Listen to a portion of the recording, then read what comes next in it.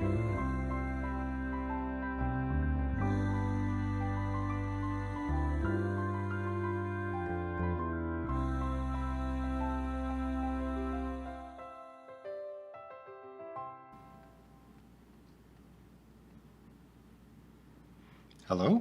and welcome to Book Circle. I'm Earl Weinberg. This time we will continue our reading of Village Diary by Miss Reed. We are now in the depths of July. A spell of fine weather following the storm has kept us all happy and indolent in the village. Apart from the growing frenzy of pageant preparations, the great day is only a few weeks distant, everyone agrees that it is too hot to do any gardening, or to go shopping in Caxley, or to wash the blankets, or to do the outside painting, or, in fact, to cope with any of the jobs which we have been postponing for weeks until we get a fine spell. My garden is looking lovely, and the new potatoes and peas are at their best. There is nothing I enjoy more than turning up a root of pale golden potatoes in the warm, crumbly earth, secure in the knowledge that treasure so freshly dug will mean easy skinning. The peas have done well, and I sit on the lawn shelling them for my supper and enjoy the scent of a freshly popped pod packed with fat, moist peas as much as the delicious eating later. The new teacher, who has been appointed straight from college to take up her post in the infants' room here next term, called to see us yesterday. Her name is Hilary Jackson, and she is nearly 21. She seems a conscientious, rather earnest young woman, squarish in build, with a shaggy haircut and horn-rimmed glasses. She was dressed in a crumpled blouse and a gathered skirt of glazed chintz, and she wore aggressively tough sandals. I hope she settles down with us, but at the moment she is well above all our heads. "Have you read A Little Child's Approach to Relativity?" she asked me. I admitted that so far I had not met this work. "But you should," she insisted, looking rather shocked. "It's the text of the Heslop-Eckstein-Codd lectures, which he gave last autumn." "Who?" I asked with genuine interest. "Why, Professor Emile Gascon," she replied, eyes wide behind the glasses. "He gave the Heslop-Eckstein-Codd series at Minnesota. No, I'm wrong." She stopped, appalled at her own mistake, and stared fixedly at Ernest and Patrick in the front desk, who were supposed to be pasting a geometrical pattern, but had done very little. I noticed this, preferring to read one of Mrs. Waite's magazines, which had been spread on their desk lid to catch the paste drops. "Could it be Minneapolis?" she asked, turning a distraught face to me. "Or Minnehaha, perhaps," I returned, beginning to get a little tired of it all in this heat. "Oh, no," she assured me earnestly, "not Minnehaha. I think you're confusing it with Longfellow." Suitably and deservedly crushed, I bore her off to Miss Clare's room, where her new class surveyed her round-eyed. Miss Clare greeted her very kindly and took her to the large cupboard in the corner to show her the number apparatus. "But surely," I heard Miss Jackson remark in ringing tones as I returned to my own class, "those out-of-date old bead frames aren't still in use. Child psychologists everywhere have agreed for years that the inch cube is the only possible medium for basic number—" I left them to it, closed the dividing door gently behind me, and walked round my own desks, where the children snipped and pasted with unusual industry now that my eye was upon them. The reason for Ernest and Patrick's paucity of work was readily apparent when I saw the page at which Mrs. Waite's favorite weekly was opened. Scissors held idly in their laps, mouths open and eyes bursting from their heads, they sat engrossed.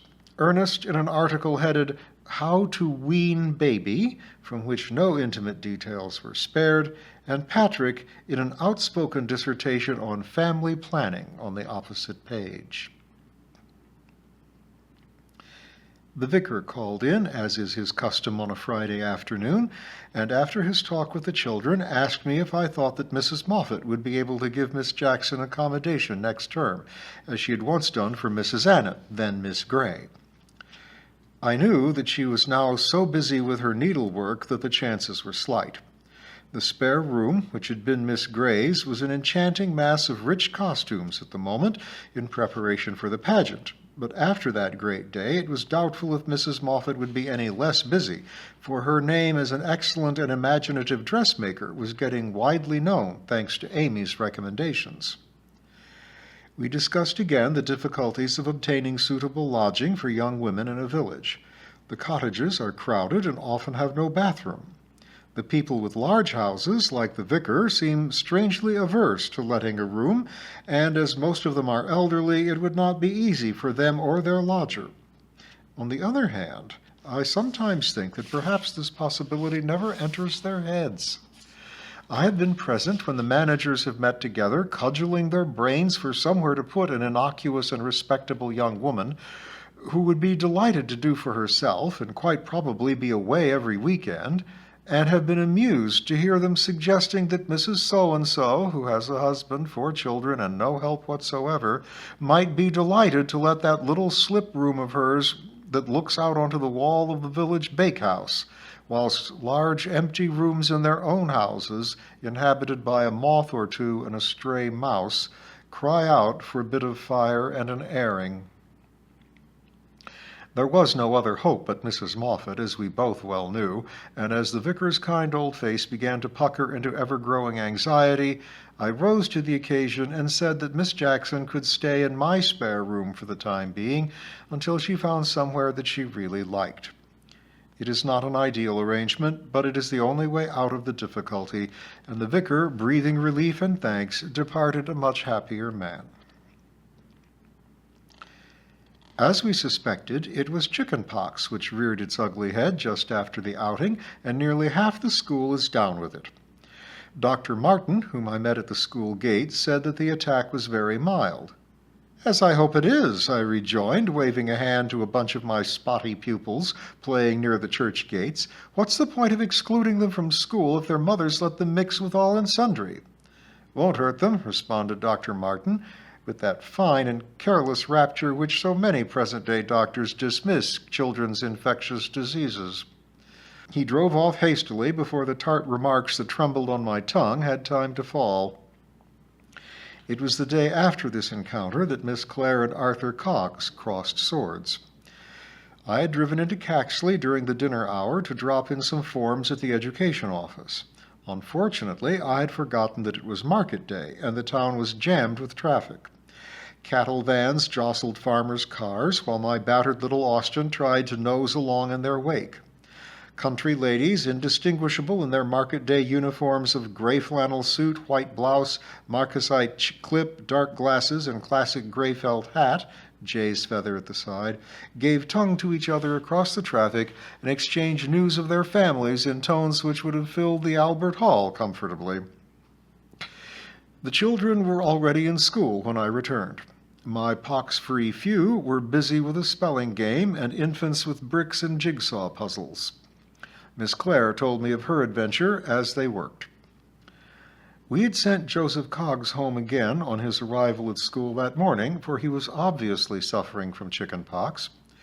Arthur Coggs, who had elected to have the day off work, was furious about this and had marched him up again for afternoon school, breathing fire and threats. School was compulsory, wasn't it? He had blustered at Miss Clare, the children half frightened, half thrilled, gazing on. Soon complained if the kid was kept away, that there office, and now here young Joe was packed off home. There was much more to the same effect, while poor Joe drooped beside him, shaken with fever and fear. "Have you called in Dr. Martin?" asked Miss Clare. "No, nor shall I," retorted Arthur. "That kid's got nothing wrong with him but a few gnat bites." He also said that Joe ate too rich, added Miss Clare to me. "Ha ha," I commented mirthlessly. Miss Clare had then watched the tears pour hotly down Joe's flushed cheeks and had taken decisive action. "The child is ill and must have medical attention," she said firmly. "If you refuse to call in Dr. Martin, I shall do so." And grasping Joe's hand, she walked swiftly to the schoolhouse, followed by Arthur Coggs, bellowing and gesticulating. She adjured the child to lie on the sofa, ignored Arthur's vociferous shoutings about a father's rights and what happened to kidnappers, and ran Dr. Martin's house. Luckily, he answered the telephone himself, heard the rumpus in the background, and came to the rescue within a few minutes. He had diagnosed chickenpox, taken poor Joe's temperature, which now stood at 103 degrees, and had told Arthur Coggs in good round terms, which had delighted and shocked Miss Clare, his opinion of him. He had now taken Arthur back to his cottage, keeping up a rapid fire of advice and threat of taking it to the police, under which the craven Arthur soon wilted, and was there now, seeing that a decent bed was prepared for his patient and that the parents knew what to do for him. "Well done," I said heartily to Miss Clare. "I'll go over and see Joe, and then I think you'd better have a rest yourself after all that bother."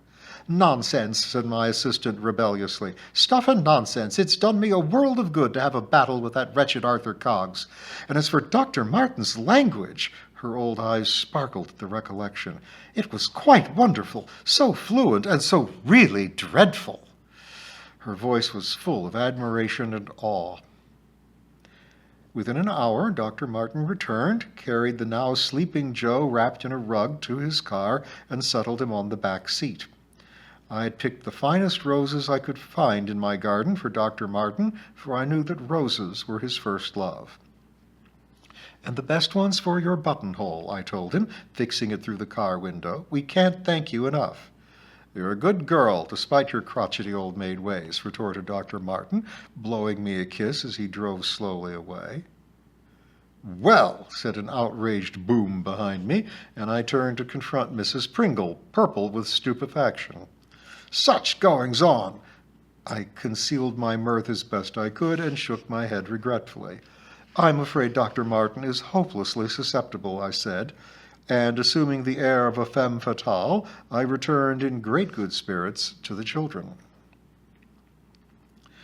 Miss Clare's bouquet on the last day of term was even larger than Dr. Martin's, for all the children had contributed from their gardens, and southernwood and lavender added their aromatic, spicy scent to that of the roses and carnations, which formed the largest part of the massive bunch.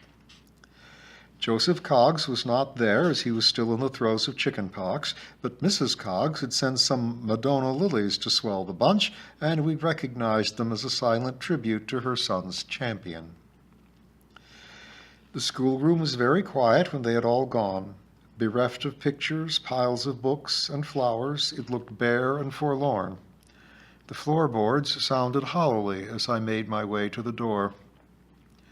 Mrs. Pringle had told me that she would start that back-breakin' scrubbin' the next day, so I locked the school door, admiring the soft old green paint, so soon to be burnt off and replaced. The sun scorched my back as I bent to the locks. Swinging the massive key round and round on my finger, I went to hang it up in its allotted place on the nail in the coal cellar. Dazzled with sunshine, I hummed my way back to the schoolhouse. The swifts screamed excitedly round St. Patrick's spire, and 7 glorious golden weeks stretched ahead. August. The first few days of the holiday were gloriously hot, but the weather broke during the first week in August, and steady, relentless rain has covered the county. I spent 10 days with an old friend at the sea, luckily during the fine spell, and returned to Fairacre to find the gardens sodden and farmers beginning to look gloomily at their corn. "It can't keep on at this rate," I said to Mr. Roberts when I encountered him in the lane. "It's much too heavy to last." "You'd be surprised," he rejoined grimly, surveying his farmyard, which looked more like a lake.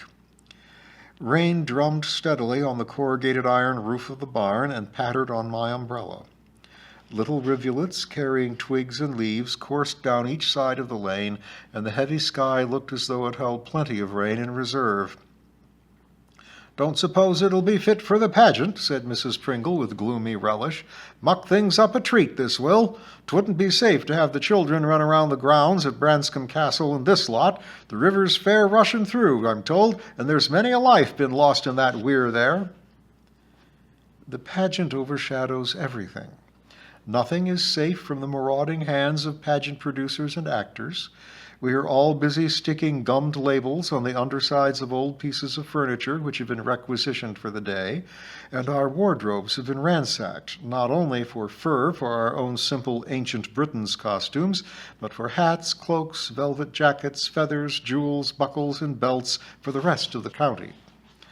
I quite dread Amy's visits at the moment, as I see her predatory eye ranging round my house, and even over my person, for any little tidbit that might further Bent's glory on the day of the pageant.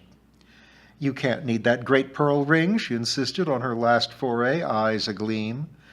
In vain to protest that it was a bridesmaid's present years ago, and that I was much attached to it. After 5 minutes of Amy's browbeating, I found myself taking it off and handing it over, having to content myself with awful threats if any ill befell it. So it goes all over the county, and many an old friendship is cracking under the strain, I presume. I drove through the squelching lanes to Beech Green Schoolhouse yesterday to have tea with the Annetts. They are not going away this summer, as the baby is due to arrive next week. Mr. Annett was in the throes of revising his timetable. His farming project is going well, but the difficulties in arranging other school activities are great. "I shall have 140 next term," he said, "from 5 to 15, and only 4 teachers for the lot." I knew that Miss Young took the infants class and that it involved teaching 30-odd infants aged from 5 to 8. Miss Hodge had the juniors from 8 to 11, which meant that they took the 11s plus examination from her room. Mr. Hopgood and Mr. Annett took the older boys and girls, having about 40 in each class. Several neighboring schools, mine included, send their children to the Beech Green School at the age of 11, so that the top 2 classes are usually large, and the children do not know each other as well as do those in the lower 2 classes. "It's arranging games that's giving me a headache," confessed Mr. Annett, running his fingers through his hair. "Miss Young can take netball with the girls on Wednesday afternoon, while I take football with the boys from the top 2 classes, but that means we have about 40 apiece to cope with, and it's too much. It means that Miss Young has 3 netball games to supervise, and I have 2 football teams. It also means that Hopgood has to go into the junior room to free Miss Hodge and take the infants while Miss Young's out, and frankly Hopgood's no earthly good with young children." "Can't he take the football?" I suggested. "Got a gamey leg," said Mr. Annett, running an ink-stained finger round the inside of a nice white collar. "Can you wonder," he went on, "that I've had 2 visits from parents who are trying to get their children accepted at that new secondary modern school this side of Caxley? In theory, we're offering their children the same education, but are we? Here I have 40 children from 13 to 15 in my class, ranging from complete duffers to bright ones. True, the girls have a day at the Cookery and Housewifery Center once a week, and the boys have a day at carpentry, but what facilities have I got here at Beech Green to offer them compared to the schools in Caxley? The parents know as well as I do that there are 2, if not 3, streams there, and the bright ones will get the chance to get along at their own pace instead of being held back by the dimwits. They will have a gymnasium, a metalworking room, a woodwork room, decent sanitation, and what's more, properly trained specialist teachers to take them in different subjects, not a poor old hack like me who has to teach everything in between filling in forms and interviewing the 101 callers who come during the day." I protested he was doing a difficult job very well. "But that's not enough," he said vehemently, making the teacups jump as he banged a bony fist on the table. "I often think that children would be better off staying in their own small schools. Take Springborn, that closed recently. Miss Davis's 15 children come up here now. The schoolhouse has been sold to somebody up the Atomic, and I see the school itself is for sale, advertised in this week's Caxley Chronicle as a commodious building suitable for conversion."